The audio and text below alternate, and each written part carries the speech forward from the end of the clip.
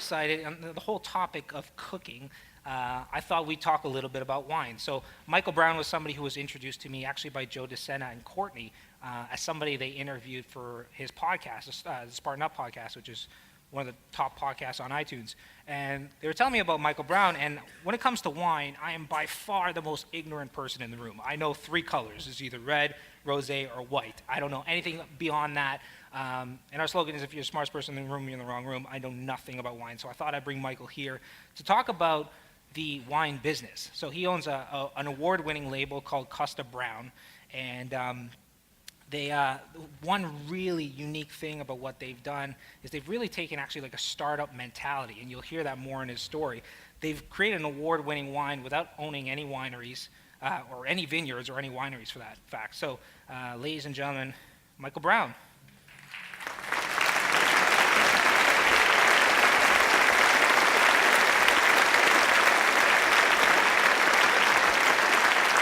Thanks, Jason. Right on. What a lame picture.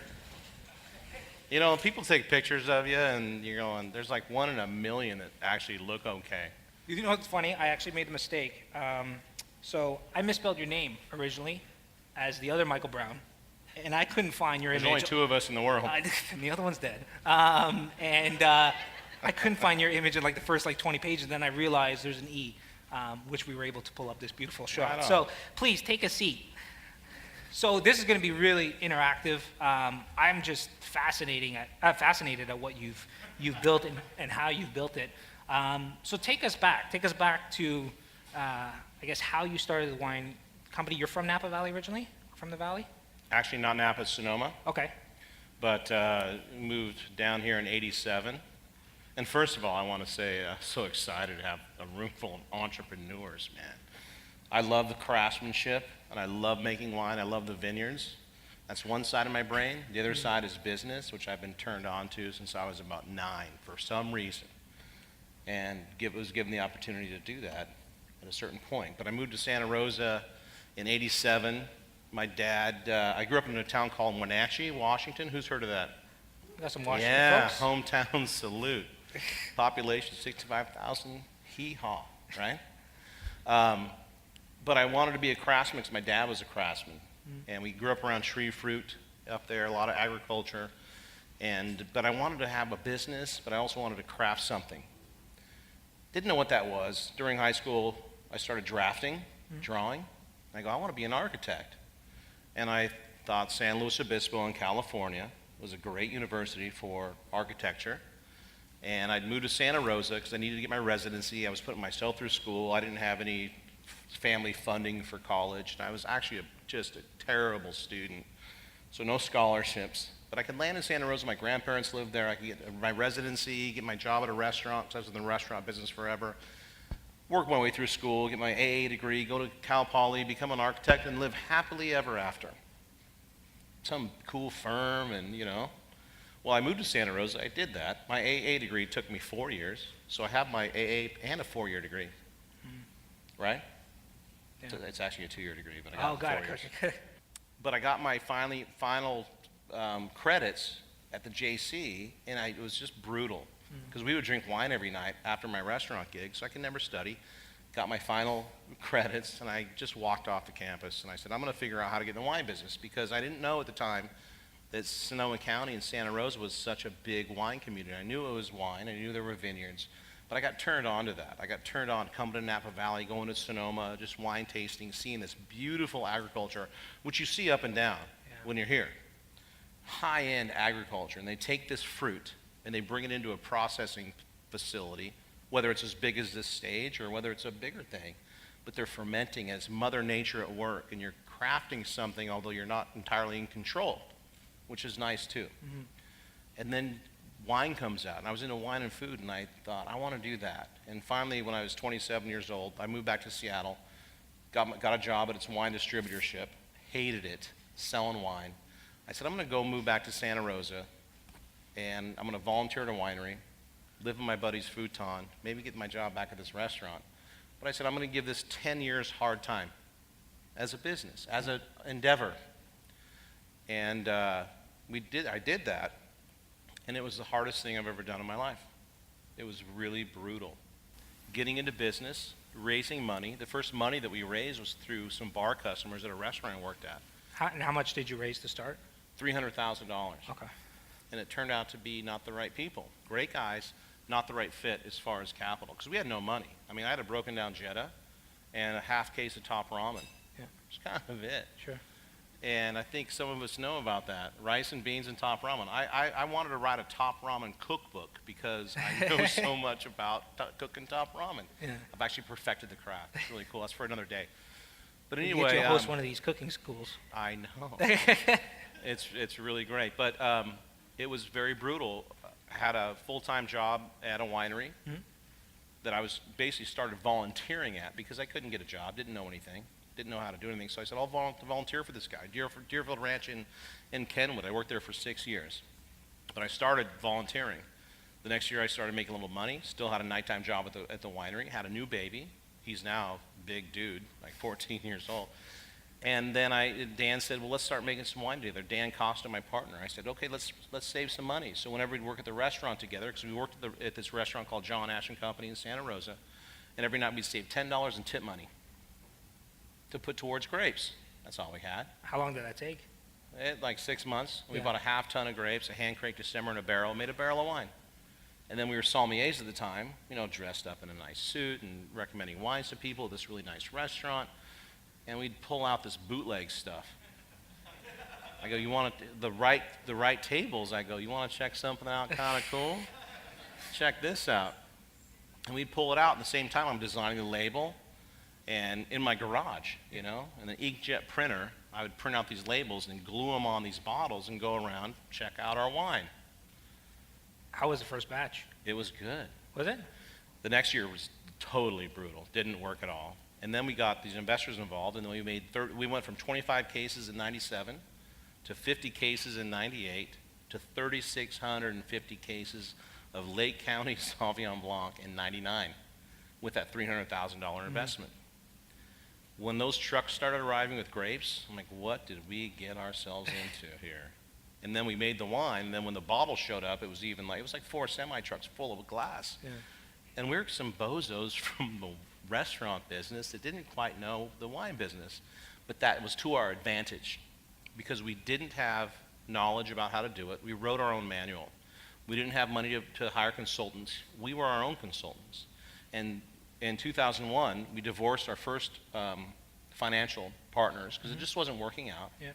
And we were left in 2001 with some inventory, the name, and we didn't sign any documents, any papers, so we had a lot of leverage, right? And so, and all the obligations of the business, but no money. And then we met a gentleman, one of Dan Costa's dad's friends that talked to us, and here was my moment. And since I was 10, I was reading business books. I was getting D's in school, but I would go home and read books, right? On how to be an entrepreneur and what it takes and business planning books, because I had this fantasy of sitting in front of some investors, potential investors, and going, here it is. And that moment came. And so I sat down for 2 months, wrote a prospectus, right? Beautiful graphs and colors. I used the word great about 300 times. Fully amateur thing. And I'm kind of a guy that I don't want to tell people what I don't know. Back then, now I have no problem telling people what I don't know. Because, again, the wisest of all people realize they know nothing. Sure. Right? But back then, I'm like, well, people can't understand that I don't know how to sum a column in Excel.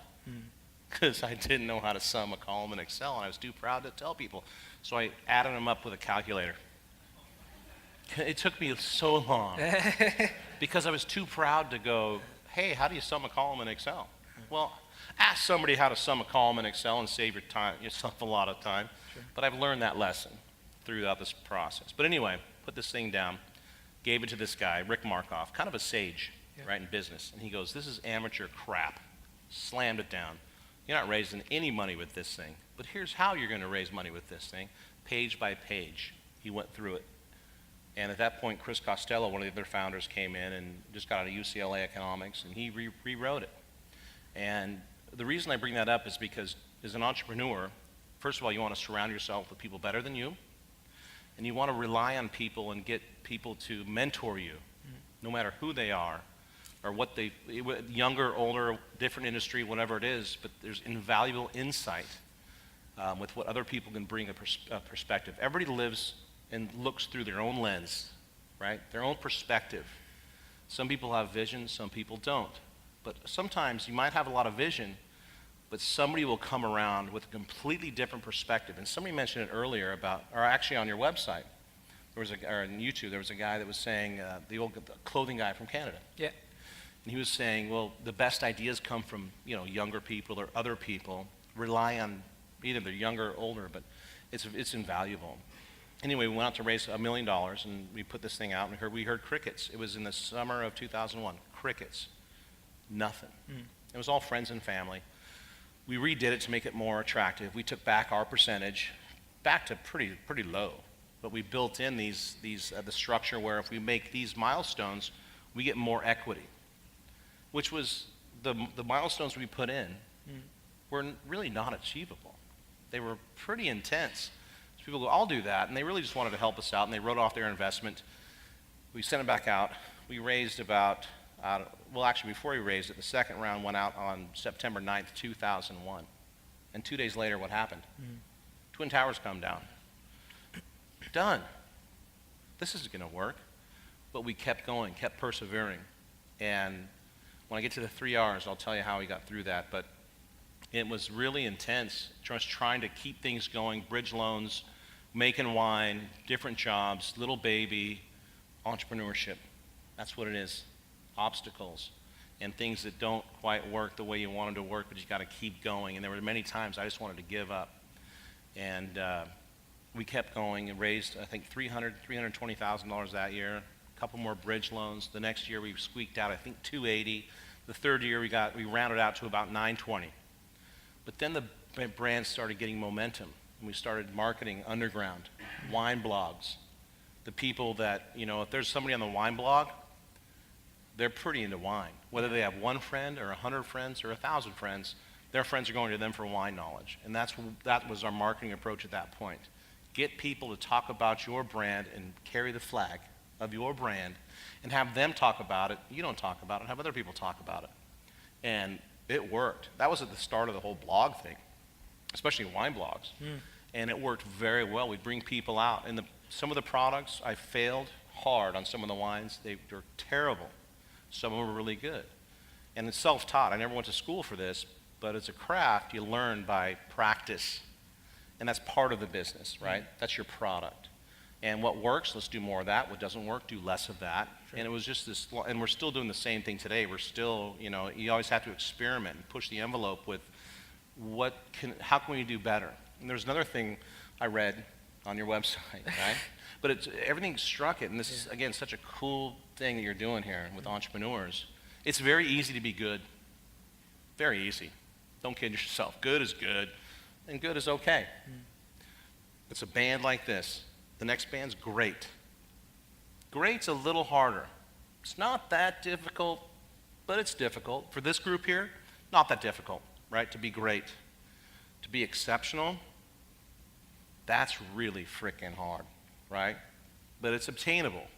And on top of exceptional, there's this little thin band of just complete badass awesomeness, for lack of a better term. We're all sniffing at that. That is something that we'll always be sniffing at, always trying to achieve, because you can touch it and you can get there, but you'll never reside there. Some people might, but it's really hard. But if you go for that goal, and with wine, it's very detailed, and luxury wine, very detailed, and very complex within how you market it, and what the wine is, and where that wine sits in people's palates, and the marketing that goes around that, to have people just want to buy 6 bottles, Yeah. So how many, in your current roster of wines, how many wines do you specialize in? Like, how many varieties? So we're a Pinot Noir brand. We make Pinot Noir. Okay.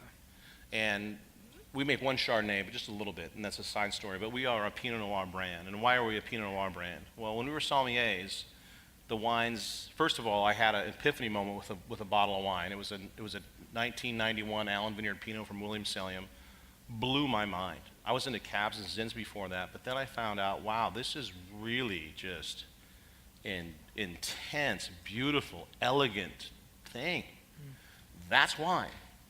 And the best wines that we had, so, pouring wines for people around the room, they were gravitating towards Pinot Noirs and also Pinot Noirs from our backyard in Russian River Valley.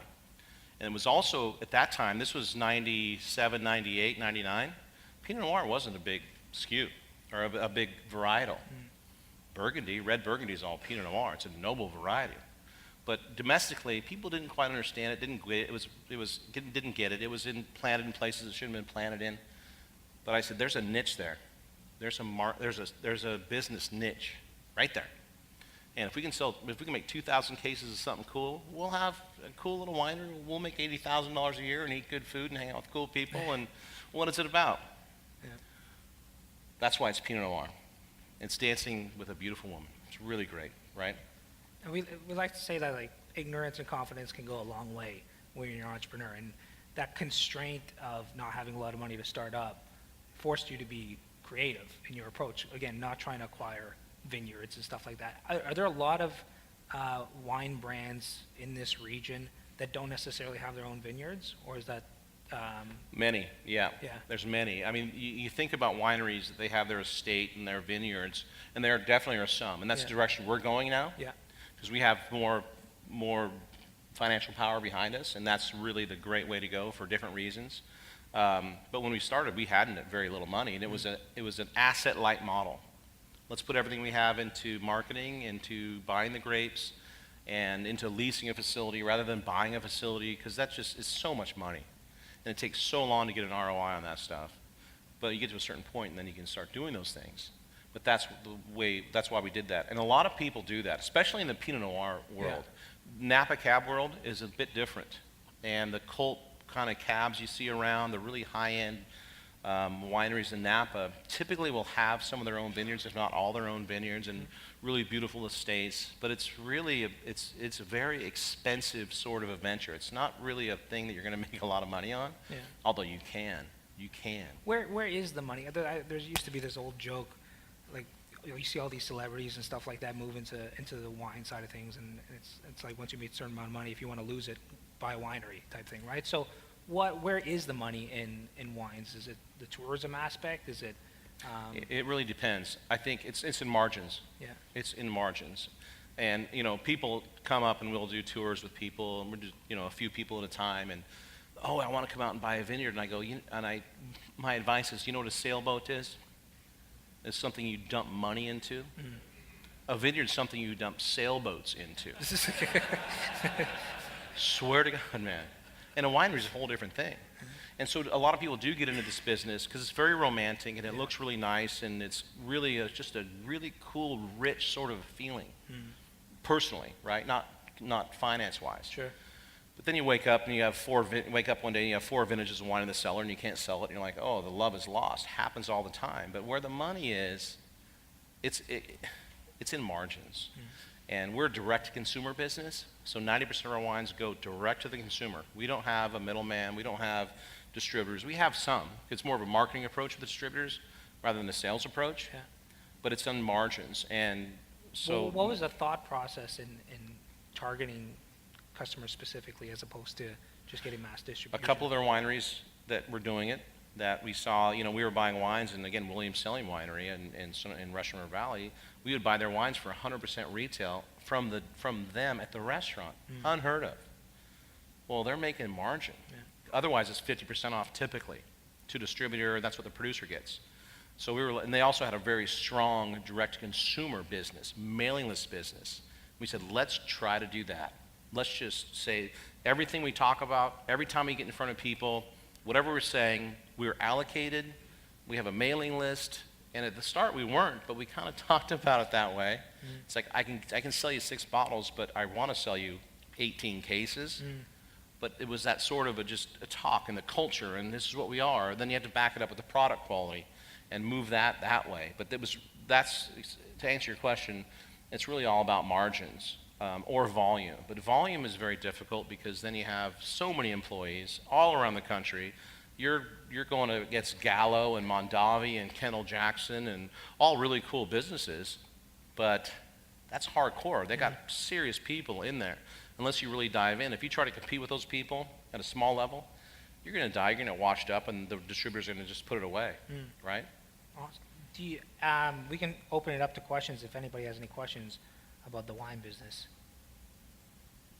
Oh, Mr. McKernan, who is actually in your Rolodex a wine taster representative for Australia, and he's Irish, so Yeah. which I'm very surprised. Yeah. The question I had was, you went into an industry which is very hard to get into from a capital expenditure point of view. You went in at a really tough time. You hit an economic, global meltdown. You went on to pick probably the most difficult grape in the world to work with. You didn't have any experience. And I hear that you love business and I hear that you love wine. But there's lots of people who love business and love wine. But if you had to take that away, what was the thing deep down, deep down, in other words, the what? Like, what was that thing that really drove you in those 10 years, that when you woke up and you had 3 vintages in your cellar and no one was buying it, what kept you going? We should so switch seats right now. This is completely out of my element. And I thought Philip was joking about the whole wine tasting for Australia, but clearly the man knows his wine. So. By the way, we had a conversation earlier, and he spent some time in the cellar, which is a really cool place. So what kept me going? That I had an opportunity to make wine, to be in the vineyards, and to be close to Mother Nature, and to also develop a business. And it was very challenging, but I told myself, I'm giving this 10 years hard time. And if it doesn't work, I can always shake a cocktail and make 60 grand a year, and I'm living. That's okay. But I would not give up, because I made a personal commitment for the business and for myself in the business to drive through it, right? And there's an opportunity. And as entrepreneurs, you see an opportunity and you go after it, no matter how hard it is, no matter what challenges come around. You don't want to throw good stuff at bad stuff. If something's going downhill, you got to bail. But there was potential here, and we started to gain momentum, and I felt that. It wasn't something tangible. It was just a feeling of that we're starting to get somewhere. This is starting to kind of work. People are liking it. Let's figure this out, and let's move it. Let's finance it properly. Let's make sure we don't go out of business because of finances. Let's convince our investors that this will work, even though they're saying, we're going to bail, right? No, look at it this way. And there was a vision, right? I could see it working. But then you have to convince others to see that vision, even though they're looking at it from a completely different way, going, this is not working. Well, it's like, give it time. And in the wine business, it takes longer than most other industries to get there. You have to have patience. But you also have to show people, especially financial investors, that we're getting somewhere and this is what's happening. And we just happened to be at the right place at the right time, and it started happening. Because 5-6 years in, I was getting really tired and mentally, physically exhausted. And just, how is this going to work? But then you get a glimpse of hope. You get a little bit of, wow, this could work. And this is working. Then you got to go on a little PR campaign within your little world and go, check this out. I don't get that. Well, sometimes it takes 2 or 3 hours to convince somebody of something, but that's worth the time. And you have to be able to articulate those thoughts and articulate what's going on in the back scene to show somebody that this is working in that context. And that whole thing, the challenge, the feeling that we are going somewhere positive, the feeling that this will make it, and again, that personal challenge to make it happen, that's what kept me going. And again, it was hard. People think, oh, this is great. And today, people walk into our winery, we built a new winery, and it's really cool. Something I've never imagined would happen. Never. It's a really cool place, and we've got great staff members, and that's what it's all about, really. And people go, wow, do you pinch yourself? And I go, I don't have time to look around because I'm moving forward. You keep moving forward. No matter what level you get to in business, there's always something more to go for, right? It's that growth, no matter if it's personal growth or volume growth or pricing growth or whatever kind of growth you're talking about, it never ends. It never ends. I thought when we get these certain scores for this many years, or we solidify our brand for this much time, and we've got some really cool stuff. We're very fortunate. But then you just got to keep honing the knife. You got to make it sharper and get better at what it is. Because every time you do something, and as you move forward with whatever business it is, there is always something better to do. And that was what drove me then, and that's what drives me now. because the farther you get down the road, the longer the road is, and you can't see that far down. But you know it's really cool. How much time do we got? Okay, A good. few minutes. Anyway, that I guess I hope that answers your question. Yeah, hello. Microphone is coming your way. And we had a Todd Herman. Is that Todd? That is Mr. Todd Just Herman. Working with investors, usually they require certain returns and there's a time limit in which they turn it around, 5 years usually. How did that work for you, and did that apply pressure to cut corners? And if so, how did you not cut them? Great I'm assuming question. that. So we've had 3 group of investors. We're on a 3rd investment group, just closed in December. And the first group was this friends and family group. And they really didn't bother us. They knew us all. They was just trying to help us out. They liked our story. They wanted to help us. And again, most of them wrote it off. But at one point, they came up to me and they said, or came up to the 3 of us, Dan, Chris, and myself, and they said, hey, if you can get your pricing up to this point and your production up to this point, your company can be worth X. And I'm like, you are so full of shit. There's no way it could be that way, right? Well, it worked, you know, but it was pressure from them, not pressure to say we have to do this, but basically it was like, look what you guys can do if you do it. Spend some risk. And we have pricing discussions. It makes me nervous because it's a very delicate thing that we do, right? We don't want to piss our customers off or have them think that we're going. So it's like moderate price increases and production increases. But with price increases, you got to be sensitive to the customer and what they perceive. But you have to back that up with higher quality. And that was a challenge. But we did it. But that was the pressure from them. And they just saw an opportunity, mainly for us. And it was really great. They got 14 times their investment back in 6 years. It's great. I'll wrap this up pretty quick. The next round, so they got there 14 times, but we partnered with a private equity firm. All right, here's a different game. But it turned out to be a really cool private equity firm, but they have a timeline, a time horizon.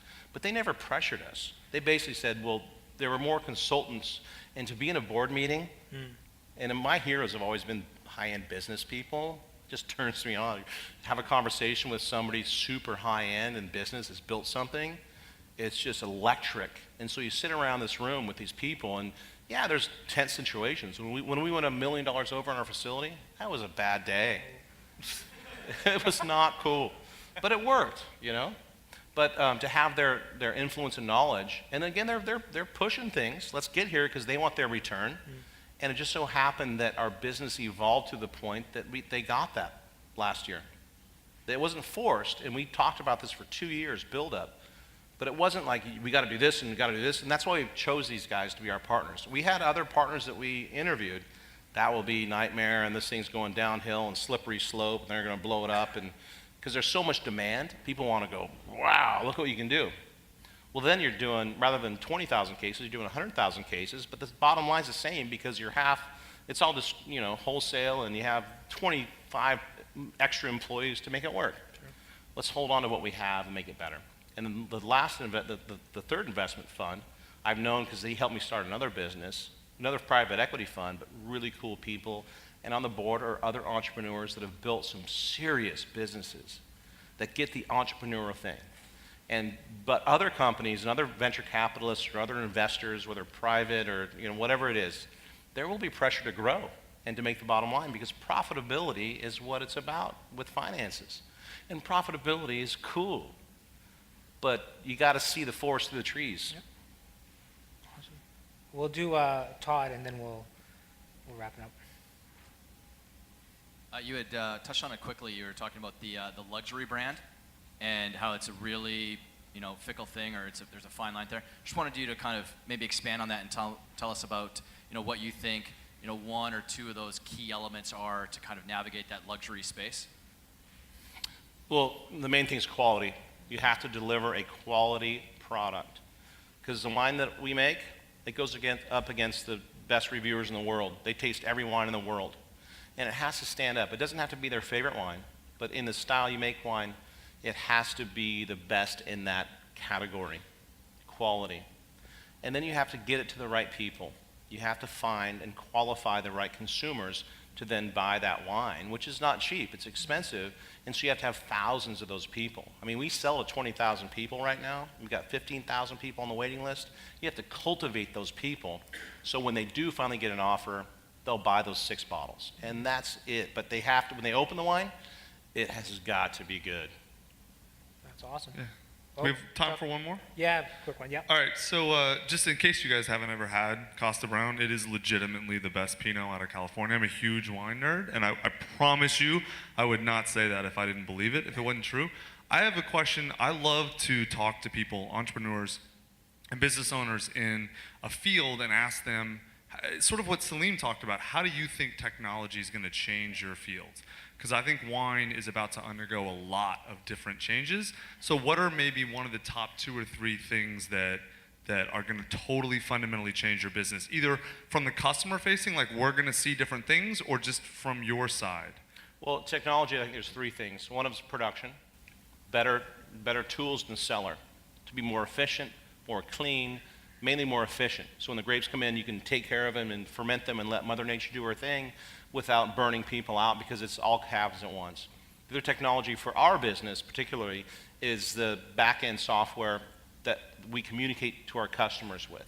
And it's got to work. I mean, there's so much work that goes into that, not only analytics and trying to figure out who our customers are and what their buying habits are, but also when they get an offering in the email, it's got to be flawless. It's got to be easy. And then we have to deliver that like flowers, you know, like a bouquet of fresh flowers. It's got to be delivered in that kind of way. It's very challenging. And then, what was the third one I was going to talk about? Those are the 2 main ones. So, but technology is really important because of those things, you know, and just to make sure that it comes down to efficiency with the end goal. Our business is, we are in the business to produce wine for people and a product of pleasure for them. And the experience of buying that should be pleasurable and easy and nice.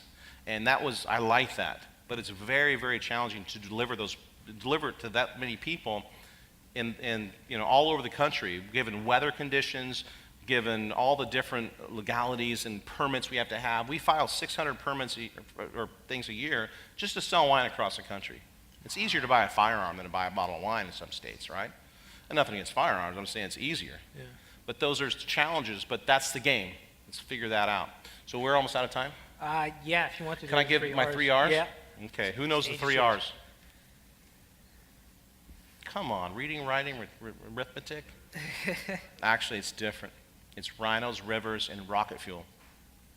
And this is on business. And these are some of the things that help me get through the challenges of being an entrepreneur and just grinding 7 days a week. So rhinos, not unlike a hippo. We had a hippo conversation in the back earlier. But I read this book one time, and I forget what it was, a little book, business pamphlet book, but it was about being an entrepreneur. And you're going to come up against obstacles, challenges that are going to be, you can't get through them.